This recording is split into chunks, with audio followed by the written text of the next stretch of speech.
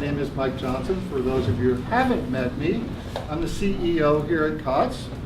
I've been here for 16 years, about 3 in my present role as CEO. COTS was born with a few mats on the floor of a church. So since then, COTS has grown to an organization with over 350 beds. Emergency shelter, transitional housing, and permanent housing. We have a variety of different services-only programs that attach to our housing programs: case management, work ready, rent right, kids first parenting classes, and so forth, that are kind of the turbochargers to what we do, right? But our vision going forward is really that, we want to break the cycle of homelessness for every single one of those 2,500 people that we serve. And that's how we get results in people's lives, right? And how we want to do it is collaboration and spreading best practices. The money that serves our homeless service provider community is not going to grow much, if any. So the strategy is that we not get bigger, we get better. There was a guy who's about 28 years old. He found himself homeless here in Petaluma back in 1991. And if you'd have seen how broken this guy was back in 1999 when he first emerged from homelessness, you would have thought to yourself, you know what? There goes a dead man walking. That guy's got no future. But if you'd have seen him then and thought that to yourself, you would have been wrong, because that guy was me. If you leave here with nothing else, I want you to leave here knowing that underneath the rags, dirt, stubble, disheveled appearance, there beats the heart of a human being. One that can be helped and one that should be helped. And that here we know how to do that. We know how to do that work. We are not 3 hots in a cot. We are a place for people to come to transform their lives. We hold people accountable. Mike talked about us supporting people, but not supporting the bad habits that keep them in a dangerous state. We have programs that hold people accountable. Case managers, their clients are their family. Their clients aren't just people that come here and stay for 67 days and move out. These are connections that change lives. So this is sort of where we start to see the higher needs of what people have. So first floor is really about immediate needs. Let's get everyone warm, safe, and fed. And then after that, like Robin said, everyone's paired with a case manager who they interact with on a daily basis on the first floor. Hi everyone. Let's get right into it. I came to COTS on December 13th of 2014.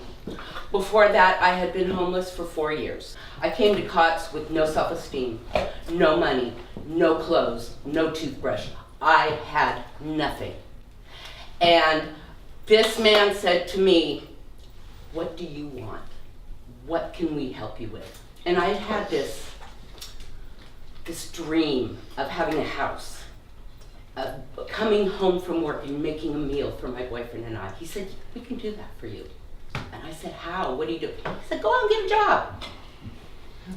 Within 30 days, I was earning a living. And I took the work ready class.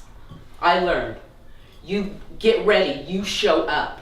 You be prepared. On September 15th of last year, my partner, my boyfriend, and I moved into a cottage of our own. Yeah. And it is exactly, if you picture a cottage, it's that, with trees and vines and roses. And I am grateful to pay my rent.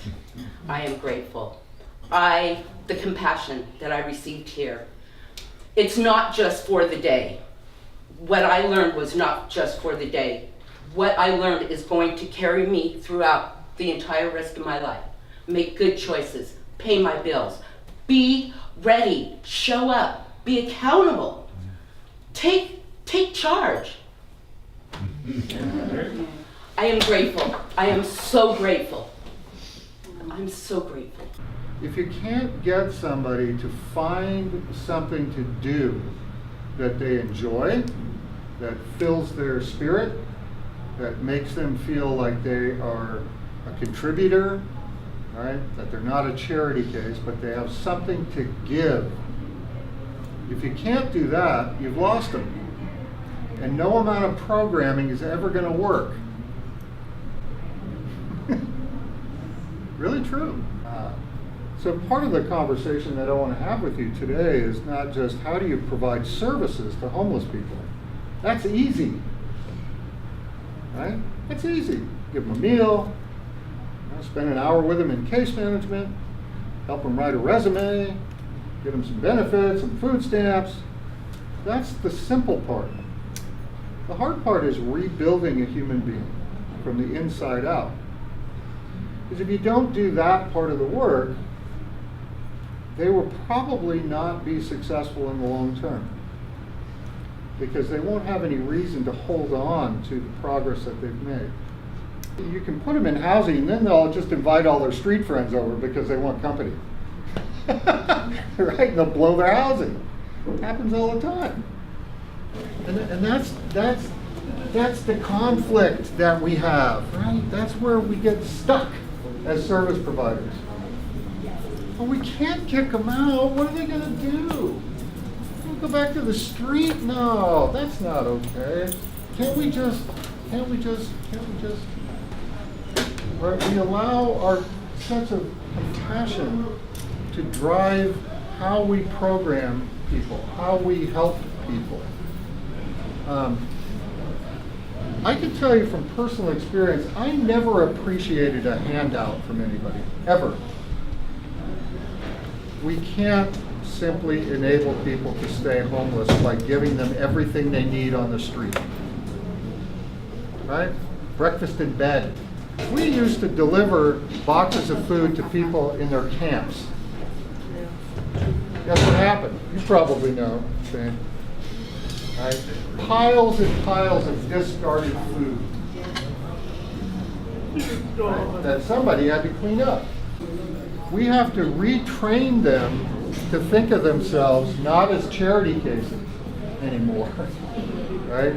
That they have something to give, and when they get something, they need to earn it. If I had my druthers, I wouldn't be building tiny homes.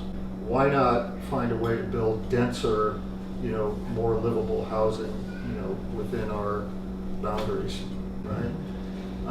If you take somebody directly, and this is why housing first bothers me, by the way, you guys. If you take somebody directly off the street and you stick them in a house, right? And the idea is, well, we're going to spend a few bucks on case management to help them keep it, right? You basically put a roof over somebody's head, but you've transplanted the street culture and everything that means under that roof. Working with two of the nonprofits in town, what I'm not seeing in the county really is any movement that moves these people to housing. I don't think we have a program.